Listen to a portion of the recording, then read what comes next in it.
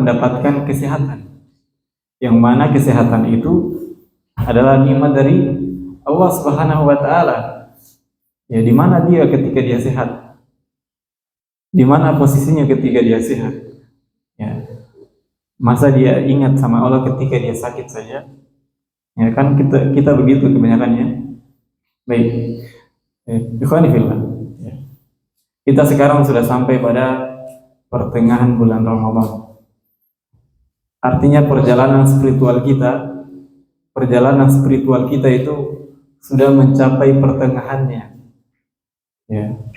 Karena di dalam kalender tahunan itu ada 12 bulan, ada 1 bulan, yang mana 1 bulan itu perlu kita maksimalkan perjalanan spiritual kita. Karena itu modal kita di dunia. Ya. Sekarang lihat, sudah hari ke 16, malam ke 17. Ya. Ini menunjukkan bahwasanya hari itu sangat cepat berjalan. Ya, hari itu sangat cepat berjalan, tidak terasa. Ya. Dan ingat, kita tidak hanya dituntut untuk menahan lapar dan dahaga, tidak. Yang penting dari itu adalah kita harus menahan hawa nafsu kita, menahan lisan kita, ya, terutama lisan. Ya. Makanya wasiatnya Nabi SAW kepada Muaz bin Jabal, apa? Kufa alaika hadza, sambil menunjuk lisan beliau, kemudian mengatakan kufa alaika hadza, jaga lisanmu ini wahai Muaz.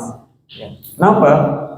Karena kebanyakan orang itu masuk ke dalam neraka itu akibat dari lisannya, ketergelinciran lisannya. Ya. Lisan ini mudah sekali digerakkan, beda dengan anggota badan yang lain, tangan, kaki dan seterusnya. Itu perlu tenaga, tapi kalau lisan itu mungkin perlu tenaga tapi cuma sedikit, ya, sehingga dia keluarnya lebih mudah. Nah, maka terkadang kita mengeluarkan kata-kata yang menyakiti hati orang lain, dan itu berdampak negatif bagi kita pastinya. Ya. Maka Nabi SAW itu menempatkan orang-orang yang memiliki akhlak yang baik itu dekat dengan beliau sallallahu alaihi wasallam. Kata Nabi sallallahu alaihi wasallam, "Inna ahabbakum ilayya wa aqrabakum minni manzilatan yaumal qiyamah." Sesungguhnya di antara kalian itu yang paling dekat denganku posisinya di hari kiamat nanti. Kata Nabi sallallahu alaihi wasallam siapa? Ahasinukum akhlaqa. Orang yang paling baik akhlaknya. Itu yang paling dekat dengan Nabi sallallahu alaihi wasallam. Dan kita ketahui bahwasanya akhlak dan keimanan itu saling melazimi, saling berkaitan. Ketika seseorang memiliki keimanan yang baik, maka niscaya pasti akhlaknya akan baik. Tidak mungkin orang yang memiliki keimanan yang benar. Banyak orang yang sholat, banyak orang yang sedekah, banyak orang yang puasa, tapi ya keimanannya itu tidak maksimal. Ya, beda dengan orang yang betul keimanannya dengan maksimal. Maka ketika keimanannya itu benar-benar baik, maka itu akan berdampak pada apanya? Akhlaknya. Maka kata Nabi sallallahu alaihi wasallam, "Man kana yu'minu billahi wal yawmil akhir falyukrim jarahu." Siapa yang beriman kepada Allah dan hari akhir, ini kan keimanan ya. Maka hendaklah dia apa? Memuliakan tetangganya. Memuliakan tetangga adalah bagian dari akhlak yang baik. Atau di lafaz yang lain, falyatul khairan aw liyasmut. Siapa yang beriman kepada Allah dan hari akhir, maka dia berkata yang baik atau dia diam. Di sini Rasulullah SAW mengaitkan antara keimanan kepada Allah dan keimanan kepada hari akhir dengan perkataan baik atau diam. Ya. Lisan itu bagian dari akhlak kita. Ya. Kata Nabi SAW, kalau engkau tidak bisa ya berkata yang baik, maka lebih baik kau diam. Maksudnya gitu ya, karena lisan itu paling mudah sekali untuk digerakkan. Kita menikah saja dengan lisan tidak cukup berapa menit. Kita juga jual beli dengan lisan. Saya beli, saya jual, kamu beli, dan seterusnya. Ya. Banyak percekcokan terjadi karena apa?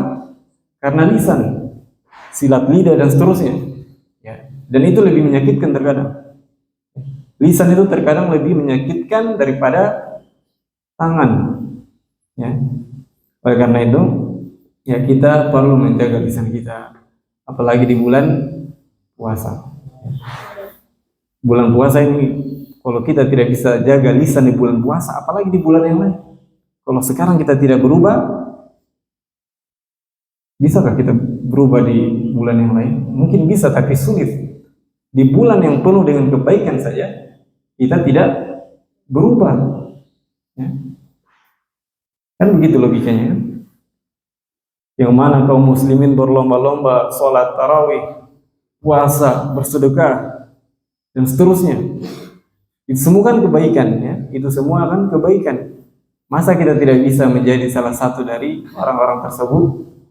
Masa kita tidak bisa berubah? Masa kita tidak bisa jaga lisan kita walaupun hanya sebentar? Sabar. Proses itu ada, dan yang indah itu pada prosesnya sebenarnya. Ya.